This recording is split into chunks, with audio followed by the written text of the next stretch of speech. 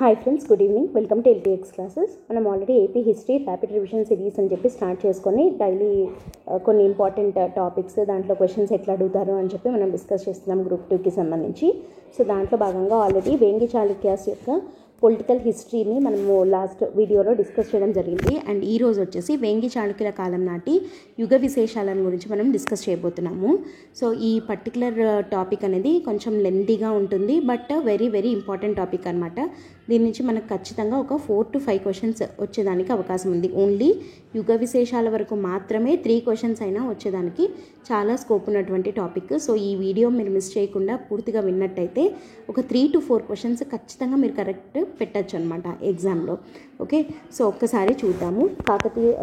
వేంగి చాళుక్యుల కాలం నాటి యుగ విశేషాలు.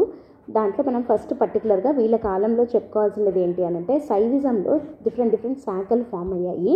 సో దీనికి సంబంధించి ప్రీవియస్గా క్వశ్చన్స్ ఎలా అడిగారు, ఈసారి ఎలా అడగచ్చు అంటే, ఆ శాఖలు ఏంటి, వాటి యొక్క ఫౌండర్స్ ఎవరు, అండ్ వాటి యొక్క హెడ్ క్వార్టర్స్, లేదా ఆ శాఖలు ఎక్కువగా అంటే ఆ శైవ శాఖ పద్ధతుల్ని ఫాలో అయ్యే వాళ్ళు ఎక్కువగా ఉన్నటువంటి ఏరియాస్ ఏవి, ఇట్లా అడిగేదానికి అవకాశం ఉంది. దాంట్లో ఫస్ట్ వచ్చేసి పాశుపత శైవం. ఇది శైవిజంలోనే అన్నిటికన్నా అత్యంత ప్రాచీనమైన శైవ శాఖ అనమాట పాశుపత శైవం ఫౌండర్ ఎవరు అంటే లకులీసుడు. దీని హెడ్ క్వార్టర్స్ వచ్చేసి కుమారగిరి లేదా త్రిపురాంతకం. ఇది అత్యంత ప్రాచీనమైన శైవ శాఖ. అండ్ సెకండ్ వచ్చేసి కాలాముఖ శైవం ఫౌండర్ వచ్చేసి కాలాననుడు లేదా కాలానకుడు. ఈ కాలానకుడు ఎవరంటే లకులీసుడి యొక్క శిష్యుడు అనమాట. అండ్ ఈ కాలాముఖ శైవం ఎక్కువగా ఎక్కడెక్కడ ఉంది అంటే శ్రీశైలం, విజయవాడ, అమరావతిలో కాలాముఖ శైవంని మనం చూడొచ్చు. అండ్ తర్వాత కాలాముఖ శైవం నుంచి నెక్స్ట్ ఇంకో థర్డ్ కేటగిరీ ఆఫ్ శైవం వచ్చింది, దట్ ఈస్ కాపాలిక శైవం. ఈ కాపాలిక శైవం యొక్క ఫౌండర్ ఎవరు అంటే అఘోరగంటుడు. అండ్ దీని హెడ్ క్వార్టర్స్ వచ్చేసి అలంపురం అనమాట. అలంపురం, అఘోరగంటుడు, కాపాలిక శైవం. సో ఇవి మూడు. పాశుపత శైవం వచ్చేసి లకులీసుడు, త్రిపురాంతకం. కాలాముఖ శైవం వచ్చేసి కాలాననుడు, శ్రీశైలం. కాపాలిక శైవం వచ్చేసి అఘోరగంటుడు, అలంపురం. ఈ మూడు గుర్తుపెట్టుకోవాలి, వెరీ వెరీ ఇంపార్టెంట్ అనమాట. అండ్ ఇంకొకటి ఏంటంటే, వేంగి చాళుక్యుల టైంలో విజయవాడలో కాలాముఖ శైవ శాఖ వాళ్ళు సింహ పరిషత్ అనే దాన్ని నిర్వహించడం జరిగింది. సింహ పరిషత్ ఈజ్ నథింగ్ బట్ ఎట్లాంటిది అంటే, ఇప్పుడు మనకి బుద్ధిస్ట్ జైన్ కౌన్సిల్స్ ఇట్లాంటివి చూసాం కదా, అట్లా శైవ శాఖ వాళ్ళు పెట్టేదాన్ని సింహ పరిషత్ అని చెప్పి అంటారనమాట. అది సింహ పరిషత్ విజయవాడలో నిర్వహించిండేది ఎవరు అని అంటే కాలాముఖ శైవం వాళ్ళు.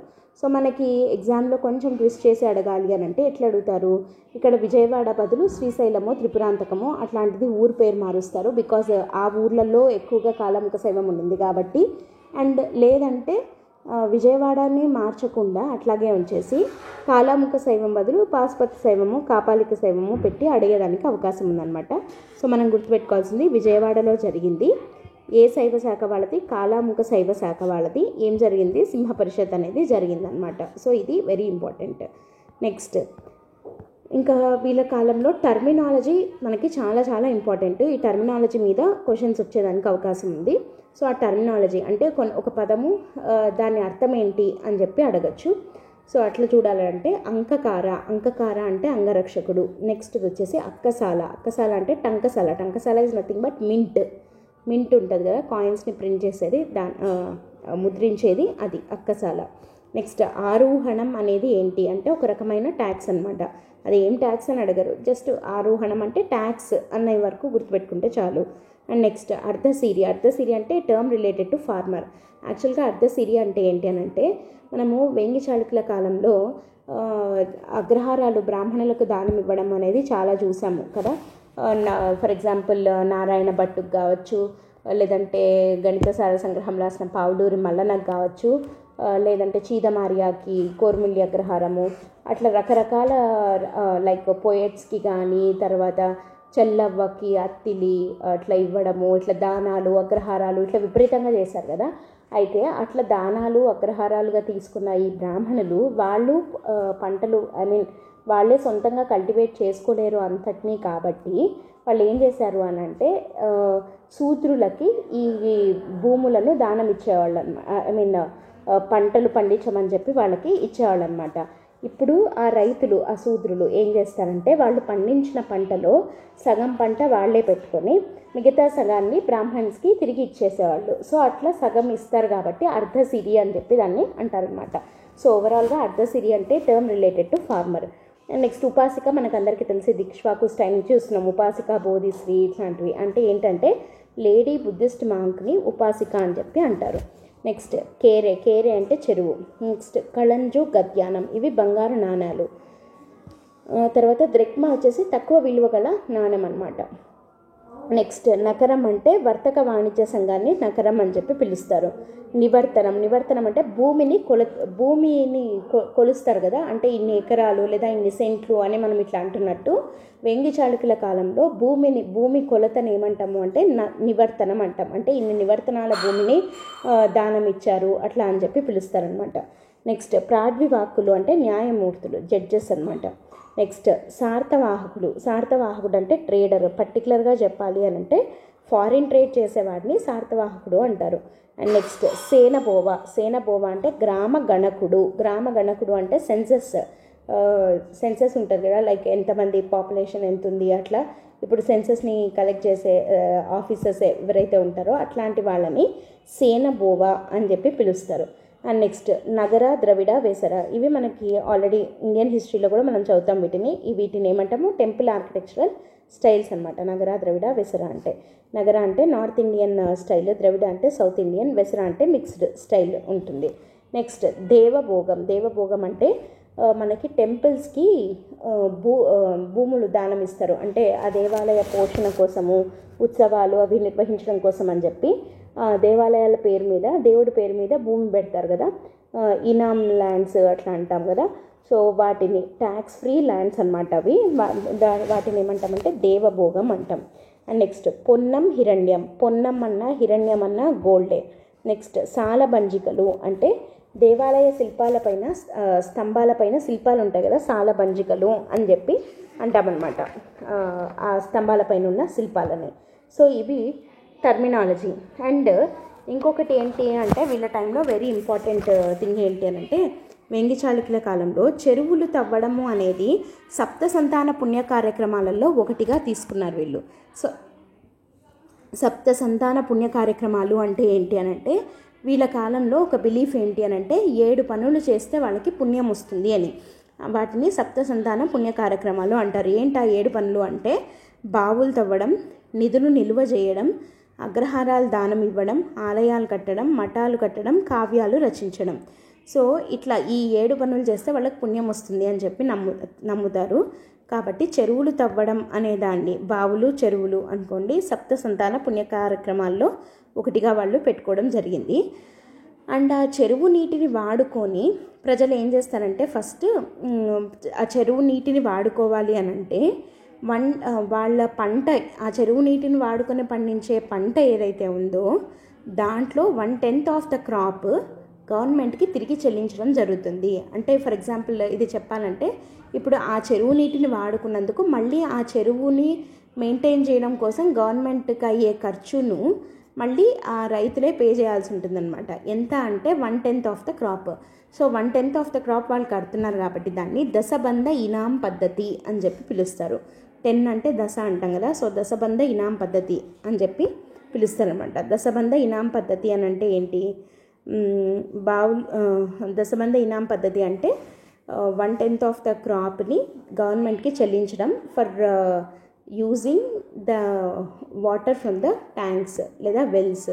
దాన్ని దశబంధ ఇనాం పద్ధతి అని చెప్పి అంటారనమాట. అండ్ నెక్స్ట్ వీళ్ళ కాలంలో సొసైటీ విషయానికి వస్తే వేంగి చాళుక్యులు బ్రాహ్మిన్స్ అని కొంతమంది, కాదు సూర్యవంశ క్షత్రియులు అని కొంతమంది అని ఉంటుంది. అయితే కరెక్ట్గా ఏది ఈ రెండిట్లో అని అంటే వీళ్ళు సూర్యవంశ క్షత్రియులు అనే మనం ఆన్సర్ని పెట్టాల్సి ఉంటుంది. వీళ్ళు హరీతి పుత్రులుగా చెప్పుకున్నారు. హరీతి అంటే సూర్యుడు అని కూడా అర్థం వస్తుంది కాబట్టి సూర్యవంశ క్షత్రియులే వీళ్ళు అని చెప్పి అనొచ్చు అనమాట. అండ్ ఇంకా చెప్పాలంటే ఇనీషియల్గా వేంగి చాళుక్యులు జైన్స్, బికాస్ వీళ్ళ మీద రాష్ట్రకూటుల యొక్క ఇన్ఫ్లుయెన్స్ ఉంది. కానీ వీళ్ళ అఫీషియల్ రిలీజన్ వచ్చేసి శైవిజమే. జైనాన్ని ప్యాట్రనైజ్ కూడా చేశారు, కానీ అఫీషియల్గా జైనిజం తీసుకొని ఫాలో అయిన ఏకైక వేంగి చాళుక్య రాజు ఎవరు అంటే మనం ఆల్రెడీ లాస్ట్ వీడియోలో చెప్పుకున్నాం. విమలాదిత్యుడు రాజరాజ నరేంద్రుడి యొక్క ఫాదర్. సో ఈయన ఏం చేశాడు, రామతీర్థం దగ్గర, విశాఖపట్నం దగ్గర రామతీర్థం అని ఉంది కదా, అక్కడ త్రికాలయోగి సిద్ధాంతి అనే ఈయన జైన్ గురువు అనమాట. సో ఈయన జైనిజంని ఫాలో అయ్యాడు. అండ్ వీళ్ళ టైంలో ఇంకొక ఇంపార్టెంట్ పాయింట్ మనం గమనిస్తే బుద్ధిజం అనేది కంప్లీట్గా డిక్లైన్ అయింది. సో వీళ్ళందరూ జైనిజంలోకి మారిపోవడం జరిగిందనమాట. ఎందుకు అనంటే వీళ్ళు యాక్చువల్గా క్షత్రియాస్. సో వీళ్ళకు సామాజిక ఉన్నతి కావాలి అంటే ఈధర్ బుద్ధిజం లేదా జైనిజంలోకి వెళ్ళాలి. ఇక్కడ బుద్ధిజం డిక్లైన్ అయిపోయింది కాబట్టి జైనిజం తీసుకోవడం జరిగింది అని చెప్పచ్చు. ఎవరు, విమలాదిత్యుడి వరకు మాత్రమే, మిగతా ఎవ్వరు జైనిజంని ఫాలో అవ్వలేదు, జస్ట్ ప్యాట్రనైజ్ చేశారు అంతే. అండ్ అంతేకాకుండా ఇంకొక రాజు ఒక దగ్గర మనకు జైనిజం వినపడుతుంది. అది ఎక్కడ అంటే అమ్మరాజు 2 దగ్గర. అమ్మరాజు 2 వైఫ్ చామెకాంబ కలిచంబుర్రు గ్రామం అనే గ్రామాన్ని దానం ఇచ్చినట్టుగా ఉంటుంది. ఎవరికి దానం ఇచ్చింది అని అంటే బెజవాడలోని కటికాభరణ జైన టెంపుల్కి ఆమె దానం చేసింది కలిచంబుర్రు గ్రామాన్ని అని కలిచంబుర్రు శాసనం చెప్తుంది. అండ్ గాదెలపర్రు అనే గ్రామాన్ని కూడా ఈ అమ్మరాజు 2 అదే దానికే దానం ఇచ్చినట్టుగా తెలుస్తుంది అనమాట. గాదెలపర్రు, కలిచంబుర్రు ఇవి 2 కటికాభరణ జైన దేవాలయానికి అమ్మరాజు 2 వైఫ్ ఆయన చామెకాంబ ఇంకా అమ్మరాజు 2 ఇద్దరూ కలిసి దానాలు ఇచ్చారు. అండ్ నెక్స్ట్ ఇంకా వీళ్ళ టైంలో జైన్ సెంటర్స్ వచ్చేసి రామతీర్థం, దానవులపాడు అని మన కడప దగ్గర ఉంది దానవులపాడు, అది హనుమకొండ, బిక్కవోలు, కొనగొండ్ల, వేములవాడ, పొట్ల చెరువు ఈజ్ నథింగ్ బట్ పటాన్ చెరువు. ఈ పొట్ల చెరువు దగ్గర ఒక ఇంపార్టెంట్ పాయింట్ ఏంటంటే పొట్ల చెరువులో వీళ్ళ కాలం నాటి 500 జైన బసదులు ఉండేవన్నమాట. అండ్ కొలనుపాక, ఉజ్జిలి, వర్ధమానపురం అంటే నల్గొండ, కందనవోలు అంటే కర్నూలు, ఇవన్నీ కూడా వీళ్ళ కాలం నాటి జైన్ సెంటర్స్గా మనం చెప్పచ్చు. అండ్ అంతేకాకుండా సరస్వతి గచ్చ అనే పేరుతో విద్యాపీఠాలు, జైన్ విద్యాపీఠాలు కూడా వీళ్ళు నిర్మించడం జరిగింది. అంటే నథింగ్ బట్ ఇప్పుడు మనకి నలంద మహావిహార అట్లా అంటాం కదా బుద్ధిస్ట్ యూనివర్సిటీస్ని, అట్లా జైన్ విద్యాపీఠాలను ఏమంటామంటే గచ్చ అంటాం. సరస్వతి గచ్చ అనేదాన్ని స్టార్ట్ చేయడం జరిగింది. అండ్ జైనిజంలో కూడా శైవిజం వైష్ణవిజం లాగే వర్ణ సిస్టమ్ వచ్చింది కాబట్టి ఇది కొంతవరకే సర్వైవ్ అయింది జైనిజం కూడా అని చెప్పచ్చు. అంటే జైనిజంలో కూడా మళ్ళీ సంఘ, గచ్చ, గణ, బలి, అన్వయ ఇట్లా రకరకాలుగా ఏమంటారు దీంట్లో కూడా వర్ణ సిస్టమ్ లాగా, అంటే చాతుర్వర్ణాలని మనకి హిందూయిజంలో ఉన్నట్టు జైనిజంలో కూడా వర్ణ సిస్టమ్ మొదలైంది కాబట్టి దీని సర్వైవల్ కూడా తగ్గిపోయిందనమాట.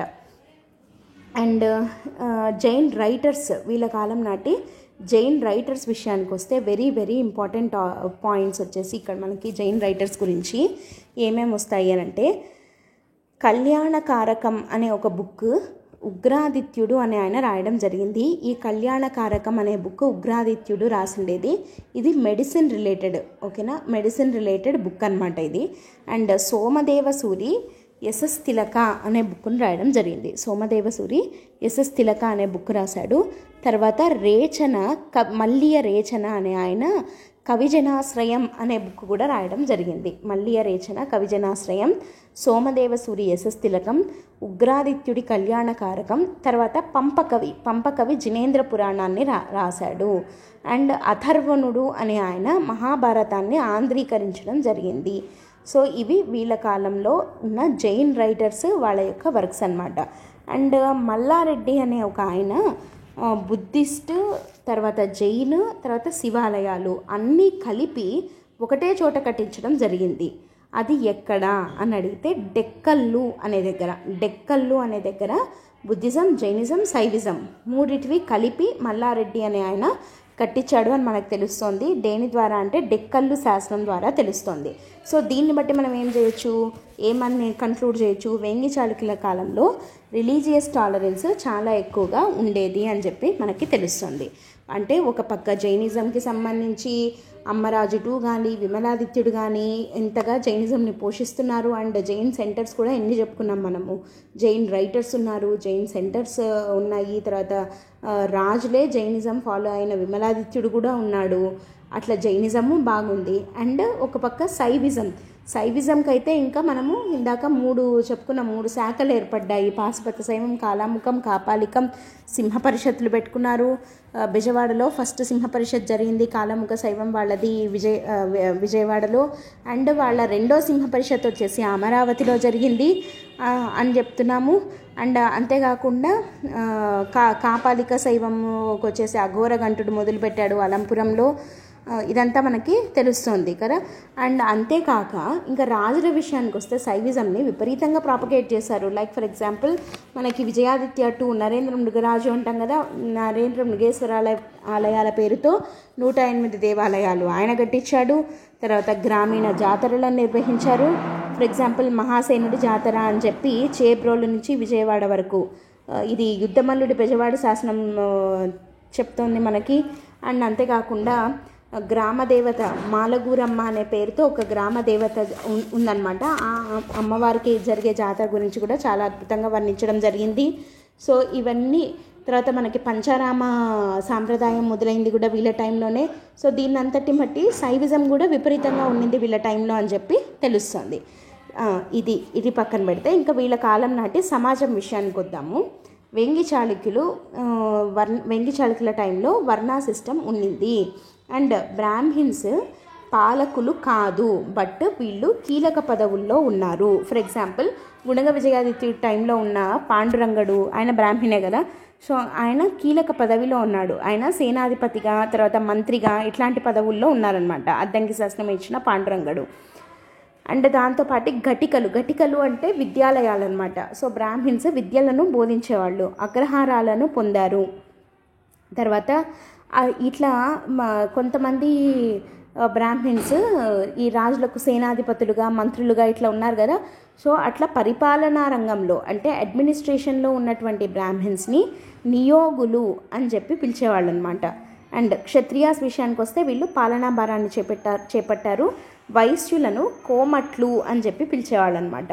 సో ఈ కోమట్లు అన్న పదం, వైశ్యులకు కోమట్లు, కోమిటి వాళ్ళు అట్లా అంటారు కదా, ఆ పదం ఎందుకు వచ్చింది అని అంటే శ్రావణ బెలగొలలో ఉన్న గోమటేశ్వర విగ్రహంకి స్ఫూర్తి తెలంగాణలో ఉన్న బోధన్లో ఉన్న గోమటేశ్వరుడి విగ్రహం అనమాట.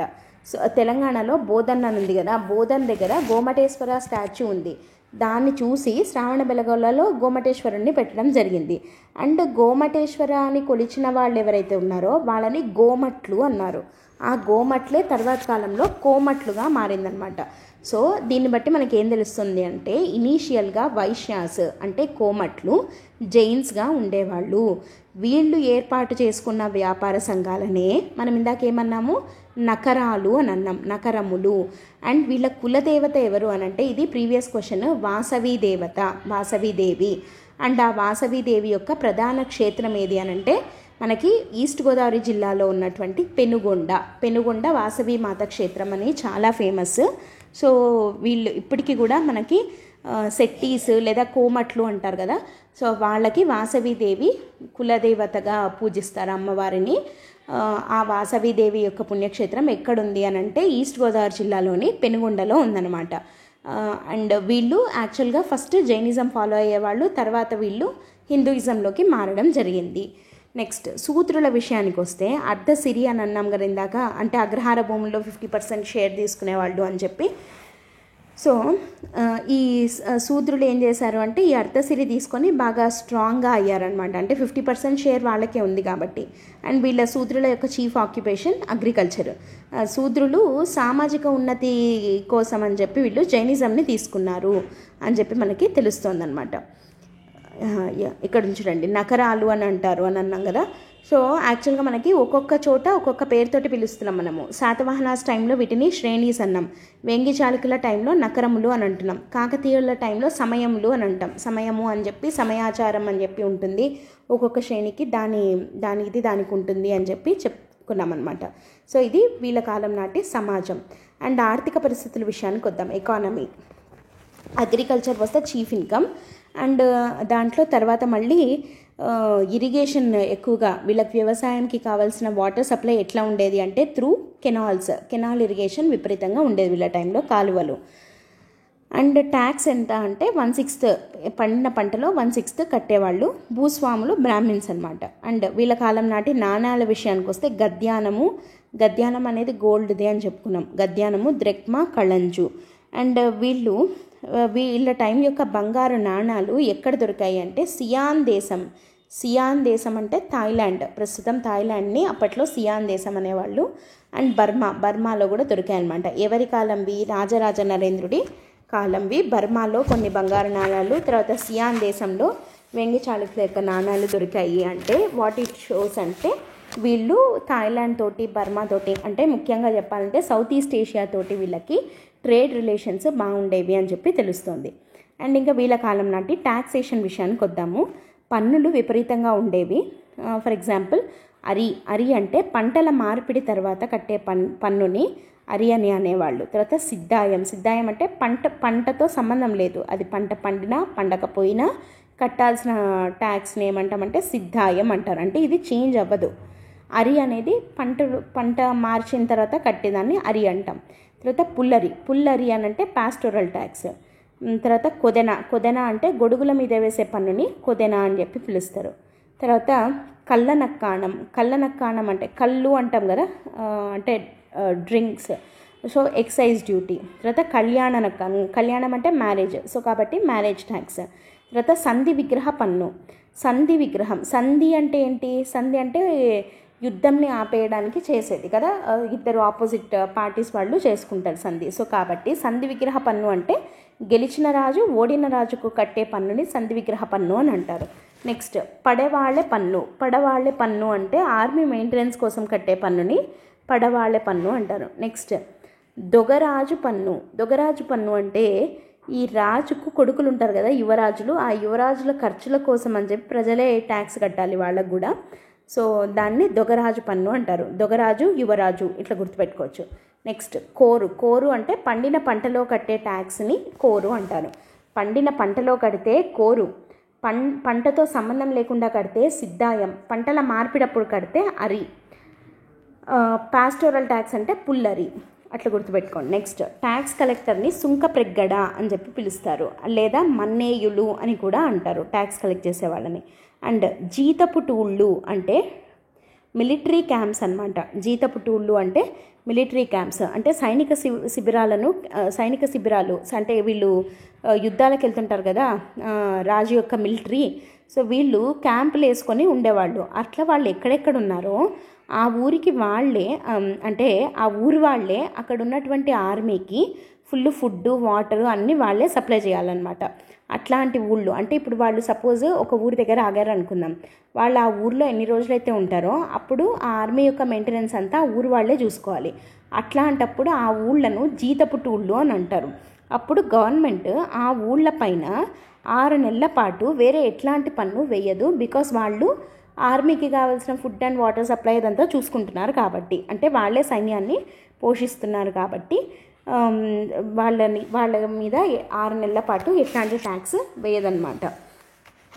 దాన్ని జీతపు టూళ్ళు అని చెప్పి పిలుస్తారు. నెక్స్ట్ ట్రేడ్ విషయానికి వస్తే సార్థవాహకులు ఫారిన్ ట్రేడ్ చేసేవాళ్ళు, నగరాలు అంటే ట్రేడ్ గిల్డ్స్ అని ఆల్రెడీ చెప్పుకోవడం జరిగింది మనము. అండ్ సమయ కార్యం అంటే కోడ్ ఆఫ్ కండక్ట్, ఇందాక కూడా చెప్పుకున్నాం. సమయ కార్యం అంటే కోడ్ ఆఫ్ కండక్ట్ అంటే స్ట్రిక్ట్ రూల్స్. ఇప్పుడు ఏ ట్రేడ్ గిల్డ్ వాళ్ళు ఒక కోడ్ ఆఫ్ కండక్ట్ అంటే వాళ్ళకు కొన్ని రూల్స్ అని పెట్టుకుంటే ఆ రూల్స్ని యాజ్ ఇట్ ఈస్గా వాళ్ళు ఫాలో అయ్యి తీరాలన్నమాట. నెక్స్ట్ త్రిపురాంతకం శాసనం దేని గురించి చెప్తుంది అంటే వేంగి చాళుక్యుల యొక్క వర్తక వ్యాపారం గురించి చెప్పే శాసనం ఏది అని అంటే త్రిపురాంతకం శాసనం. త్రిపురాంతకం ట్రేడ్, ఇట్లా టీఆర్ అట్లా ఏదన్నా గుర్తులాగా పెట్టుకోవచ్చు. అండ్ నెక్స్ట్ నగరంలే కాక వర్తక సంఘాలు ఎన్ని రకాలుగా ఉండేవి అని అంటే నానాదేశీ, తెలిక, మరుప్పరం ఇట్లాంటి వర్తక సంఘాలు ఉన్నాయన్నమాట వేంగి చాళుక్యుల కాలంలో. అండ్ అడ్మినిస్ట్రేషన్ విషయానికి వద్దాం. అడ్మినిస్ట్రేషన్లో చూస్తే రాజ్యము ఈజ్ డివైడెడ్ ఇంటూ రాష్ట్రం. రాజ్యంకి హెడ్ రాజు అయితే రాష్ట్రంకి హెడ్ని కుమారమాత్యులు అని చెప్పి పిలుస్తారు. అంటే రాజు యొక్క కొడుకులు ఉంటారు కదా, వాళ్ళే రూల్ చేస్తుంటే కుమారామాత్యులని, లేదంటే రాజు కొడుకులు కాకుండా వేరే వాళ్ళ రూలింగ్లో ఉంది రాష్ట్రము అంటే అమాత్యులు అని చెప్పి అంటారు. అండ్ రాష్ట్రం ఈజ్ ఫర్దర్ డివైడెడ్ ఇంటూ నాడు లేదా విషయం. దాని హెడ్ని విషయపతి లేదా మండరేశ్వరుడు లేదా నియోగవల్లభుడు అని చెప్పి పిలుస్తారు. అండ్ విషయం వాస్ ఫర్దర్ డివైడెడ్ ఇంటూ కొట్టరి. కొట్టరి అంటే గ్రామాలు, కొట్టరి అంటే కొన్ని గ్రూప్ ఆఫ్ విలేజెస్ని కొట్టరి అంటాము. ఈ కొట్టరికి హెడ్ రట్టడి. ఆ రట్టడియే తర్వాతగా రెడ్డిగా మారిందనమాట. తర్వాత గ్రామాల కింద లాస్ట్ యూనిట్ ఆఫ్ అడ్మినిస్ట్రేషన్ ఏంటి అంటే గ్రామం. అండ్ రాజ్యపాలన అష్టాదశ తీర్థుల హెల్ప్ తోటి జరిగేది. ఈ అష్టాదశ తీర్థులు ఎవరు అంటే అమ్మరాజు 2 టైంలో మాగల్లు 2 శాసనంలో అష్టాదశ తీర్థుల గురించి 18 మంది గురించి మనం ఆల్రెడీ లాస్ట్ వీడియోలో డిస్కస్ చేసేసాము. అండ్ సమావేశాలను వారగోష్ఠి అని చెప్పి పిలుస్తారు. అంటే మీటింగ్స్ని ఏమంటారంటే వారగోష్ఠి అని చెప్పి పిలుస్తారనమాట. నెక్స్ట్ వేంగి చాళుక్యుల పీరియడ్లో మొత్తము 30 రకాల నాడులు ఉండేవి. దాంట్లో మెయిన్ ఏవేవి అని అంటే పలనాడు, కమ్మనాడు, పాకనాడు, వేంగినాడు. ఇవి ఏవేవి? పలనాడు, కమ్మనాడు, కాపనాడు, తర్వాత పాకనాడు, వేంగినాడు అంటే ఏ ఏరియాస్ కవర్ అవుతాయి అని మ్యాచ్ ద ఫాలోయింగ్ లాగా కూడా అడిగేదానికి అవకాశం ఉంది. పలనాడు అనంటే మాచర్ల, గురజాల. కమ్మనాడు అనంటే బాపట్ల, ఒంగోలు, నర్సరావుపేట. పాకనాడు అంటే నెల్లూరు. వేంగినాడు అనంటే కృష్ణా గోదావరి మధ్య ఉన్న ప్రాంతాన్ని వేంగినాడు అని చెప్పి పిలుస్తారనమాట. అండ్ గ్రామం వాస్ హెడెడ్ బై గ్రామీయక లేదా గ్రామణి లేదా ఇతన్నే ఊర్గవుండ అని కూడా పిలుస్తారు. ఊర్గవుండ అనంటే గ్రామం యొక్క హెడ్ని ఏమని పిలుస్తారంటే ఊర్గవుండ అని చెప్పి పిలుస్తారు. అండ్ గ్రామంలో ట్యాక్స్ కలెక్ట్ చేసే వాళ్ళని మన్నేయులు అని అంటారు. మామూలుగా ట్యాక్స్ కలెక్ట్ చేసే వాళ్ళని సుంకప్రెగ్గడ అంటారు.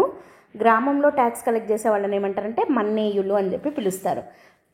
తగవులను అంటే విలేజెస్లో డిస్ప్యూట్స్ వస్తాయి కదా, సో ఆ డిస్ప్యూట్ రెజల్యూషన్ కోసం అని చెప్పి గ్రామ సభలు జరిగేవి. ఆ గ్రామ సభలనే పంచవర అని చెప్పి పిలిచేవాళ్ళు అనమాట. పంచవర అని చెప్పి పిలుస్తారు. అండ్ వీళ్ళ కాలంలో జ్యుడిషియరీ ఎట్లుండేది అని అంటే జ్యుడిషియరీ విషయానికి వస్తే వీళ్ళు ఫాలో అయ్యే పద్ధతి యాజ్ఞవల్క స్మృతిని ఫాలో అయ్యేవాళ్ళు. అండ్ తీర్పులను వచ్చేసి జయపత్రాలు అని అంటారు. ఈ ప్రాడ్వివాకులు అనేవాళ్ళు తీర్పులు ఇస్తారు అని చెప్పుకున్నాం కదా, జడ్జెస్. వాళ్ళు ఇచ్చే తీర్పులను ఏమంటారు అంటే జయపత్రాలు అని అంటారు. ఆ జయపత్రాలను రాసే వాళ్ళని ఏమంటారు అంటే ముద్రావర్తులు అని అంటారు. అండ్ గ్రామ రక్షణ అధికారి వచ్చేసి తలారి. ప్రాడ్వివాకులు ఎవరు అంటే పొలిమేర వివాదాలు, నీటి కాలువల వివాదాలు తీర్చేవాళ్ళని ప్రాడ్వివాకులు, జడ్జెస్ అని చెప్పి పిలుస్తారనమాట. అండ్ అన్నిటికన్నా వెరీ ఇంపార్టెంట్ వీళ్ళ దగ్గర ఇక్కడ మనము జ్యుడిషియరీలో చెప్పుకోవాల్సిందేది కొరివి శాసనం, ప్రభుదుర్రు శాసనం. కొరివి, ప్రభుదుర్రు వచ్చేసి వేంగి చాళుక్యుల కాలం నాటి నేరాల స్వభావము, దానికి వేసే శిక్షలు. అండ్ ప్రభుదుర్రు శాసనం వచ్చేసి పర్టికులర్గా గ్రామాల్లో న్యాయ నిర్వహణ ఎలా ఉండింది. అండ్ కరప్టెడ్ అఫీషియల్స్కి ప్రభుదుర్రు ఎట్లా గుర్తుపెట్టుకోవచ్చు మనం. ప్రభు అంటే అఫీషియల్ అని అంటాం కదా, సో ప్రభుదుర్రు అని అంటే కరప్టెడ్ అఫీషియల్స్కి వేసే శిక్షల్ని ప్రభుదుర్రు శాసనం అని చెప్పి పిలుస్తారనమాట. అండ్ వీళ్ళ కాలంలో ఇంపార్టెంట్ పోర్ట్స్ ఏమున్నాయి అని అంటే కళింగపట్టణం, తర్వాత కోరంగి లేదా కోరింగా అని ఇప్పుడు మనకుంది కాకినాడ దగ్గర, అదొకటి. తర్వాత మైసోలియా అంటే మచిలీపట్నం. తర్వాత ఈ పేర్లు అడుగుతారు. కులోత్తుంగ చోళపట్టణం అంటే వైజాగ్, చోళపాండ్యపురం అంటే ఘంటసాల, చినగంజాము, దేశీయ కొండపట్టణం అంటే మోటుపల్లి, ఇది ప్రీవియస్ క్వశ్చన్.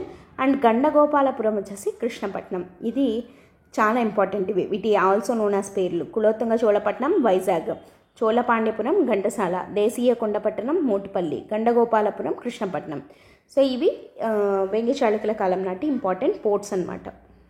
ఇంకా ఇవి కాకుండా కొన్ని అడిషనల్ పాయింట్స్ వీళ్ళకి సంబంధించినవి ఏంటి అని అంటే కులోత్తుంగ చోళుడు లాస్ట్ అతను ఉన్నాడు కదా, ఆయన ఆ రూలర్ ద్రాక్షారామ శాసనం అని చెప్పి వేయించాడు. అందులో ఏ ధాన్యానికి ఏ వృత్తికి ఎంత పన్ను కట్టాలి అనే దాని గురించి పేర్కొనిందనమాట. ద్రాక్షారామ శాసనం కులోత్తుంగ చోళ 1 వేయించిండేది.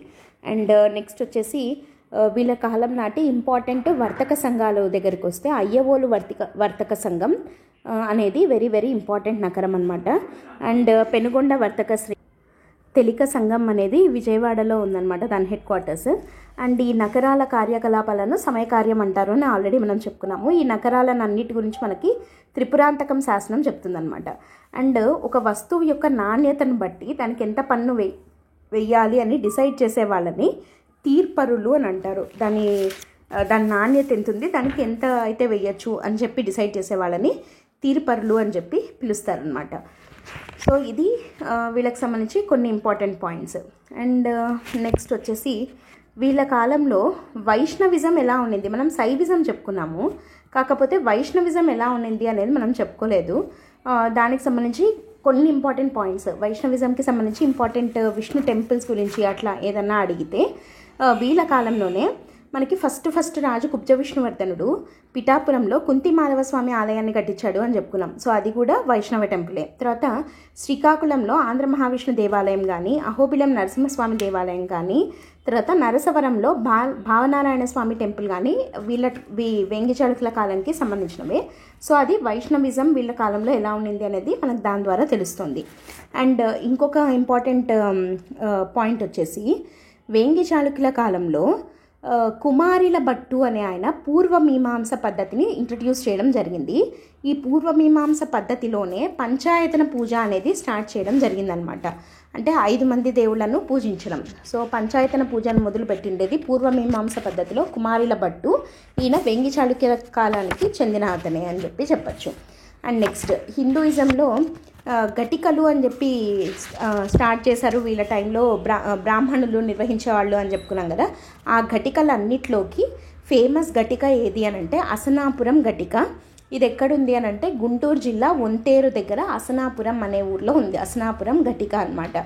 అండ్ వీళ్ళ కాలంలో ఫేమస్ దేవుళ్ళు ఎవరు అని అంటే మహాసేనుడు, తర్వాత హరీతి. అండ్ పాశుపతం ఆంధ్రాలో ప్రవేశించింది. దాని నుంచి శైవిజం విషయానికి వస్తే కాలాముఖం స్టార్ట్ అయిందనమాట. కాలాముఖం పాశుపతం నుంచి వచ్చింది. అండ్ శ్రీశైలానికి 4 ద్వారాలు అని చెప్పి చెప్తారు. శ్రీశైలానికి 4 ద్వారాలు ఏవి అంటే సిద్ధవటం, ఉమామహేశ్వరం, త్రిపురాంతకం, అలంపురం అని చెప్పి. సో వాటిలో సిద్ధవటం అనేది దక్షిణ ద్వారము అట్లా అని చెప్పి అంటారు. అవి వీళ్ళ టైంలోనే స్టార్ట్ అయ్యి ఇట్లా 4 ద్వారాలని శ్రీశైలానికి ఈ 4 రూట్స్లో వెళ్ళొచ్చని అట్లా అని చెప్పి చెప్తారనమాట. అండ్ త్రిలింగ దేశము అని చెప్పి అంటే త్రిలింగ దేశం నుంచే తెలుగు అని తెలుగు అయింది అని అంటాం కదా. ఆ త్రిలింగ దేశం అంటాం కదా. ఆ 3 ఏవి అని అంటే 3 లింగాలు ఏవి అని అంటే, ఒకటి ద్రాక్షారామం, తర్వాత అంటే ఇది కోస్తాలో ద్రాక్షారామం అనుకోండి, రాయలసీమ కింద శ్రీశైలము, తర్వాత తెలంగాణ కిందకి కాళేశ్వరం వెళ్తుంది. సో ఈ 3 కలిపి త్రిలింగ దేశం అంటారు. వీటికి 4 ద్వారాలు సిద్ధవటం, ఉమామహేశ్వరం, త్రిపురాంతకం, అలంపురం. అండ్ వీళ్ళ కాలంలో శైవిజము సెక్ట్స్ ఏంటి అని చెప్పి ఆల్రెడీ మనం డిస్కస్ చేసాం ఇందాక. అండ్ కాపాలిక శైవం గురించి చెప్పేది మాలతీ మాధవం అనే బుక్, అది రాసిండేది భవభూతి. అండ్ అన్నిటికన్నా ఇంపార్టెంట్ వీళ్ళ కాలంలో మనం చెప్పుకోవాల్సిండేది ఏంటి అని అంటే, తెలుగు భాష యొక్క వికాసం ఎట్లా ఉండింది అంటే ఎట్లా డెవలప్ అవుతూ వచ్చింది తెలుగు లాంగ్వేజ్. వీళ్ళ కాలంలో కాదు, జనరల్గా అంతకుముందు ఎట్లుంది, వీళ్ళ కాలంలో ఎట్లా మారుతూ వచ్చింది అనేది చూద్దాము. ఫస్ట్ మనకి నాగబు అనే వర్డ్ అమరావతి శాసనంలో ఉంది, శాతవాహనాస్ టైంది అని మనకు తెలుసు. So first word తెలుగుది Nagabu, Amaravati శాసనం. నెక్స్ట్ వచ్చేసి కలమండల శాసనం, రేనాటి చోడరాజు అయిన ధనంజయుడు వేయించాడు. ఫస్ట్ తెలుగు ప్రాచీన గద్య శాసనం కలమండల శాసనం. తర్వాత పొట్లదుర్తి శాసనం, ద్విరథగతి రగడలో ఉన్నటువంటి శాసనం పొట్లదుర్తి శాసనం. ఈ ద్విరథగతి రగడ అంటే గేయ పద్ధతిలో ఉందన్నమాట ఇది పొట్లదుర్తి శాసనం. నెక్స్ట్ చేజర్ల శాసనం కుబ్జ విష్ణువర్ధనుడు వేయించాడు. సగం తెలుగు పదాలు ఉన్నటువంటి శాసనం చేజర్ల శాసనం. తర్వాత విప్పర్ల శాసనం జయసింహ వల్లభుడు ఫస్ట్ తెలుగు వచన శాసనం. ఎందుకంటే ఈ విప్పర్ల శాసనంలోనే విజయరాజ్య సంవత్సరంబుల్ అనే తెలుగు లైన్ ఫస్ట్ టైం దీంట్లో ఉంది కాబట్టి. నెక్స్ట్ సాతలూరు శాసనం గుణగ విజయాదిత్యుడిది, ఇది చంపకమాల శైలిలో రాయడం జరిగింది. తర్వాత అద్దంకి శాసనం పాండురంగడు ఫస్ట్ తెలుగు పద్య శాసనం, ఇది మొట్టమొదటి తెలుగు పద్య శాసనం. అద్దంకి శాసనం తరువోజ శైలిలో రాయడం జరిగింది. తర్వాత బెజవాడ శాసనం యుద్ధమల్లుడిది, ఇది కూడా పద్య శాసనమే, కాకపోతే ఇది తరువోజ కాదు, మధ్యాక్కర శైలిలో రాయడం జరిగింది. తర్వాత కందుకూరు ధర్మవరం శాసనాలు, ఇవి 2 కూడా గుణగ విజయాదిత్యుడు వేయించినవే. ఇది ఫస్ట్ తరువోజ వచ్చేసి అద్దంకి, ఫస్ట్ మధ్యాకర వచ్చేసి బెజవాడ అయితే, ఫస్ట్ సీసపద్యం కందుకూరు, ఫస్ట్ ఆట వెలది ధర్మవరం. జస్ట్ ఈ 4 మ్యాచ్ ఆఫ్ ఫాలోయింగ్ లాగా అడిగినా కూడా ఒక క్వశ్చన్ లాగా అడిగేదానికి చాలా స్కోప్ ఉన్నటువంటి టాపిక్. ఇక్కడ ఉన్నటువంటి ఈ కొన్ని పాయింట్స్ మీదనే మనకు క్వశ్చన్ వచ్చేదానికి కూడా అవకాశం ఉంది. అండ్ కొరివి శాసనం ద్వారా మనకి ఏం తెలుస్తుంది అంటే, కొరివి ఇందాక చెప్పుకున్నాం మనం, నేరాలు, వాటి స్వభావాలు, తర్వాత వాటికి వేసే శిక్షలు అని. ఆ కొరివి శాసనము తెలుగు భాష లిఖిత స్థాయికి చేరుకునింది అని చెప్పడానికి ప్రూఫ్ ఏంటి అని అంటే కొరివి శాసనం. అండ్ నెక్స్ట్ అరుంబాక శాసనం అని చెప్పి ఉంది. ఈ అరుంబాక శాసనం కంద పద్యము యతిప్రాస కలిగి ఉన్నటువంటి శాసనం అరుంబాక శాసనం. ఇది బాడపుడు అనే ఆయన వేయించినటువంటి శాసనం అరుంబాక శాసనం. నెక్స్ట్ వచ్చేసి గంగాధర శాసనం.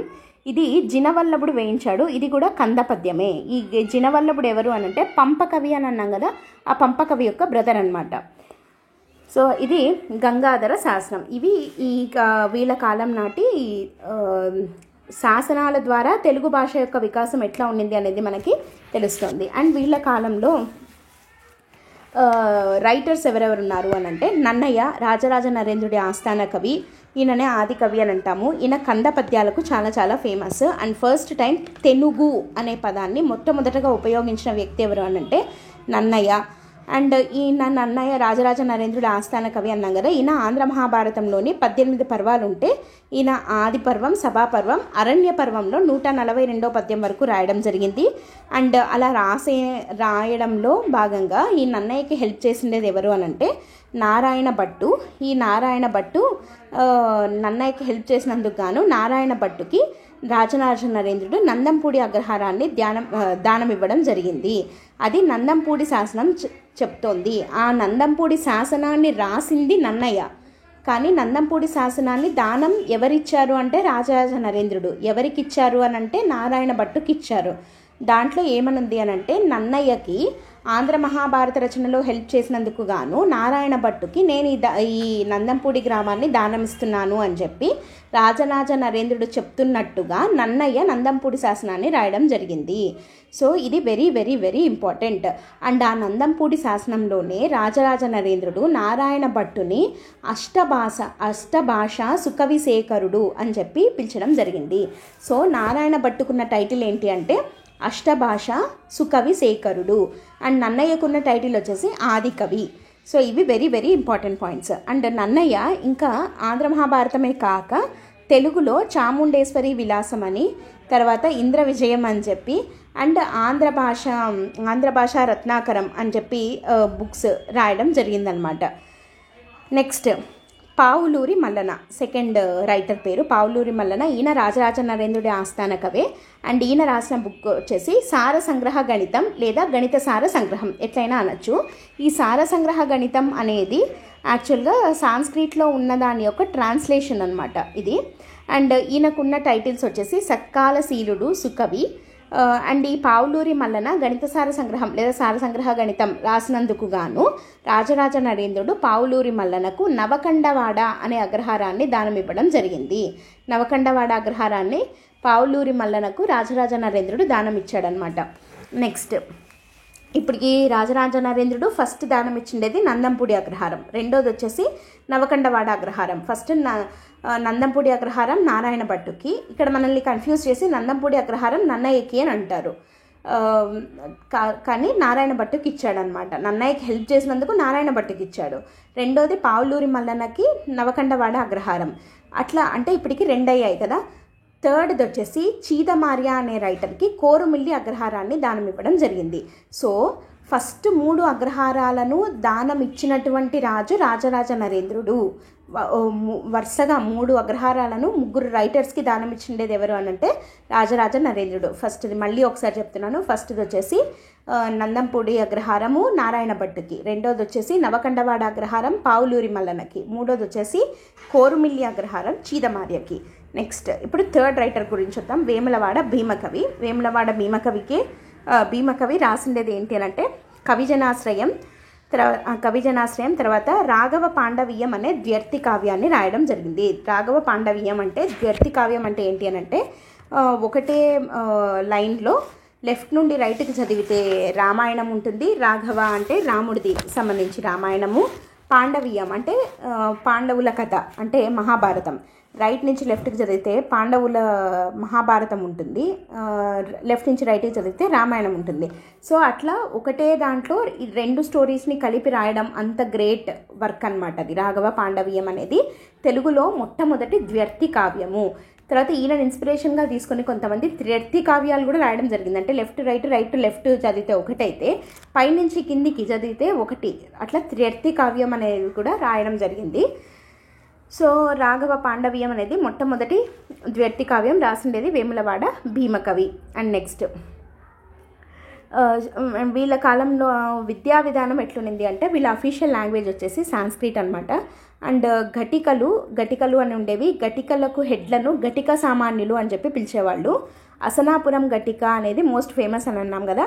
ఈ అసనాపురం ఘటికకు హెడ్ మండశర్మ. అసనాపురం ఘటికకు హెడ్ మండశర్మ. అండ్ పెద్ద మద్దాలి శాసనం అనేది గుప్తశర్మ గురించి, నిడుమర్రు శాసనం అనేది కటిశర్మ గురించి, తర్వాత చీపురుపల్లి శాసనం వచ్చేసి మాధవ శర్మ గురించి చెప్తుంది. అండ్ చాళుక్య ప్రభువులు కవి పండిత పోషకులు అనమాట. వీళ్ళకు ఒక్కొక్క రాజుకు ఒక్కొక్క టైటిల్ ఉంది. జస్ట్ ఈ టైటిల్స్ మీద కూడా ఒక క్వశ్చన్ అడిగేదానికి అవకాశం ఉంది. ఆ టైటిల్స్ ఏంటి అని అంటే కవి పండిత కామధేనువు అని ఎవరిని అంటారు?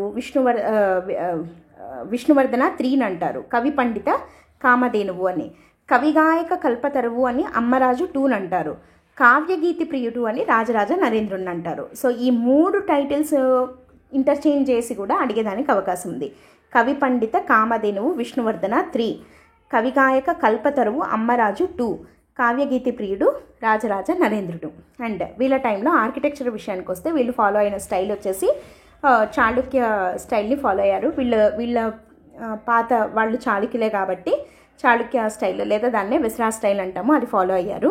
అండ్ వీళ్ళ టైంలో టెంపుల్స్కి ఈవోలాగా ఉండే వాళ్ళని స్థానాధిపతులు అని చెప్పి పిలుస్తారనమాట. వీళ్ళ కల్చరల్ క్యాపిటల్ రాజమండ్రి. అండ్ వీళ్ళ కాలంలో ఫేమస్ ఏమంటారు పాస్ట్ టైం ఏది అని అంటే కోలాటంని హల్లీ శకం అని చెప్పి పిలుస్తారు. అండ్ వీటన్నిటికి సంబంధించి లలిత కళలకు సంబంధించి తెలిపే బుక్ అభిలాష తీర్థ చింతామణి. ఇది వీళ్ళ కాలం నాటి లలిత కళల గురించి. అభిలాష అంటే లైక్ ఒక ఏమంటారు వీళ్ళకున్న ఇష్టము లేదా ఏమంటాం మనం హ్యాబిట్స్ అట్లా అంటాం కదా, హాబీస్ అంటాం కదా, అట్లా అనుకోవచ్చు. అభిలాష తీర్థ చింతామణి లలిత కళల గురించి చెప్తుంది. ఇది రాసిండేది సోమేశ్వరుడు అని ఆయన రాయడం జరిగిందనమాట. సో ఇవి వేంగి చాళుక్యులకు సంబంధించి ఇంపార్టెంట్ పాయింట్స్. మనం సొసైటీ చూసాము, ఎకానమీ చూసాము, ఆర్కిటెక్చర్ చూసాము, తర్వాత ఏమంటారు లిటరేచర్ చూసాము. అన్ని పాయింట్స్ని మనం డిస్కస్ చేయడం జరిగింది. అండ్ వీళ్ళ టైంలో కోటప్పకొండ తిరునాళ వెరీ వెరీ ఇంపార్టెంట్. సో ఇట్లాంటి ఇంపార్టెంట్ పాయింట్స్ అన్నిటిని మనం ఈరోజు డిస్కస్ చేసుకున్నాం కదా. అండ్ మనము దీంతో యూనిట్ 1 మొత్తం కంప్లీట్ అయింది. రేపు మనము తెలుగు భాషా వికాసము యూనిట్ 2లో వెరీ వెరీ ఇంపార్టెంట్ టాపిక్ దాన్ని డిస్కస్ చేద్దాం. Okay, that's it for today. Thanks for listening. All the best. By.